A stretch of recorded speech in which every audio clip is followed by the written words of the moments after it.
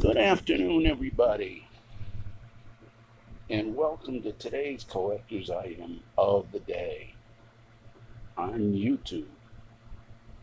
Now, for those of you that don't know me, my name is Scott Roberts. I'm from Connecticut here, and I love vintage collectibles and discussions about baseball. I have a Facebook group called Baseball, Its History, Characters, and Collectibles. If you want to join that, it's free. You don't even have to join that. I think it's a public group.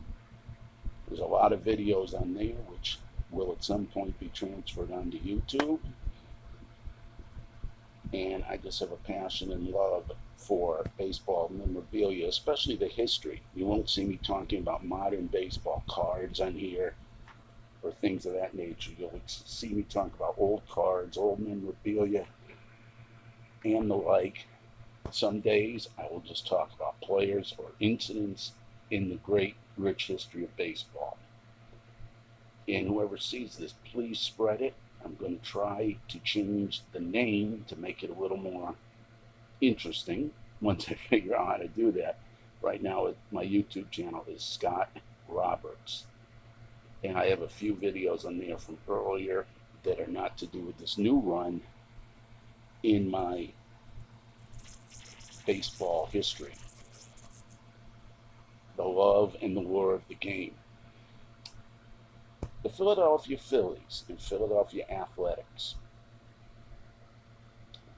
In the early years of their existence, both were very successful. To varying degrees, but successful. The Athletics,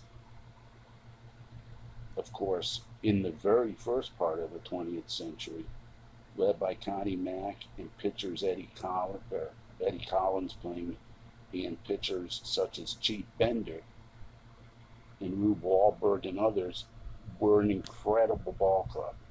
And Connie Mack got his team to the World Series on many occasions. Eventually, Connie had to sell off a lot of it and trade off a lot of his players in the 30s due to financial woes. But the grand old man continued to lead his team until his retirement in, I believe, in 1950. And the Phillies, they were in the 1915 World Series. And they lost the series to the Red Sox, and a little left-hander named Babe Ruth made his World Series debut, albeit in just a pinch hitting role in the 1915 World Series. And of course, the Babe was a lot smaller and pretty little then. And he went on to do, as you know, to change baseball. He went on to change baseball and make it what it is to a lot of us. A passion, a love, and just a life. And someday, I would love to be working with the Hall of Fame in my later years, just to show the love and knowledge, to share the love and knowledge. Well, in the early days, the Phillies played in the Baker Bowl. That was one of their ballparks, which eventually burned down, was rebuilt with a better version, and then later on, in the 30s, or the 20s or 30s, Shibe Park was built. Now, Shibe Park was used for many, many years by both the Phillies and the Philadelphia Athletics. And of course, it predated, for the Phillies, it predated Veterans Stadium, which is one of those early AstroTurf stadiums of the early 70s. That opened in 1971. Well,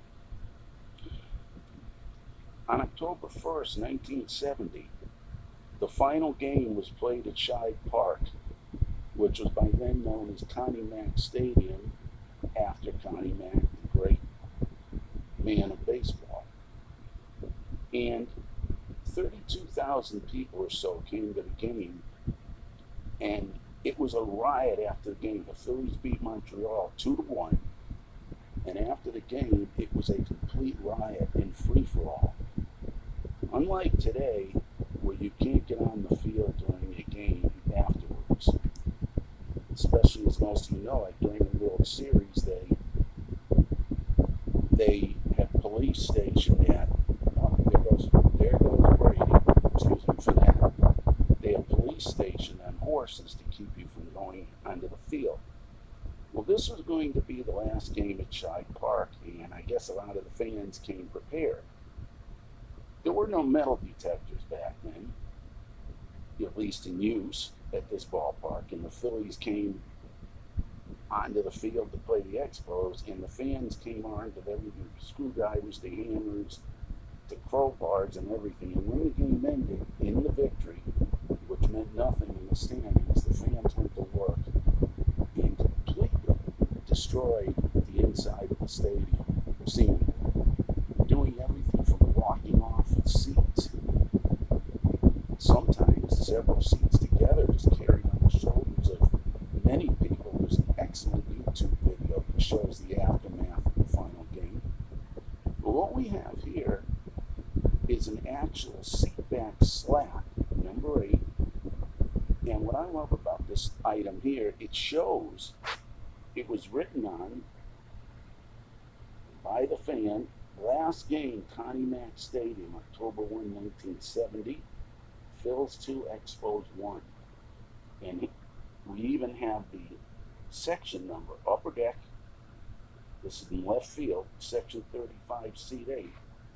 Norris sat up there, decided, hey, I'm going to rip off one of the back seat slats and take it home as a souvenir.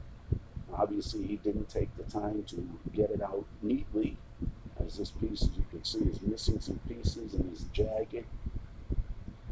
But when you hold something like this and see how many brilliant players, went through and played in this ballpark, guys like Jimmy Fox, Chuck Klein, just the Lefty Grove, I mean, Mickey Cochran, Granny Hamden, Richie Ashburn, Steve Carlton in his young days, and so many players. It's actually not Steve Carlton, that was a bad one. So many Hall of Famers and great players. There is history in everything, in every little piece of memorabilia. And to me, this is why I love the game so much, and I love its history. And it is a passion, and the lore of the game is just incredible.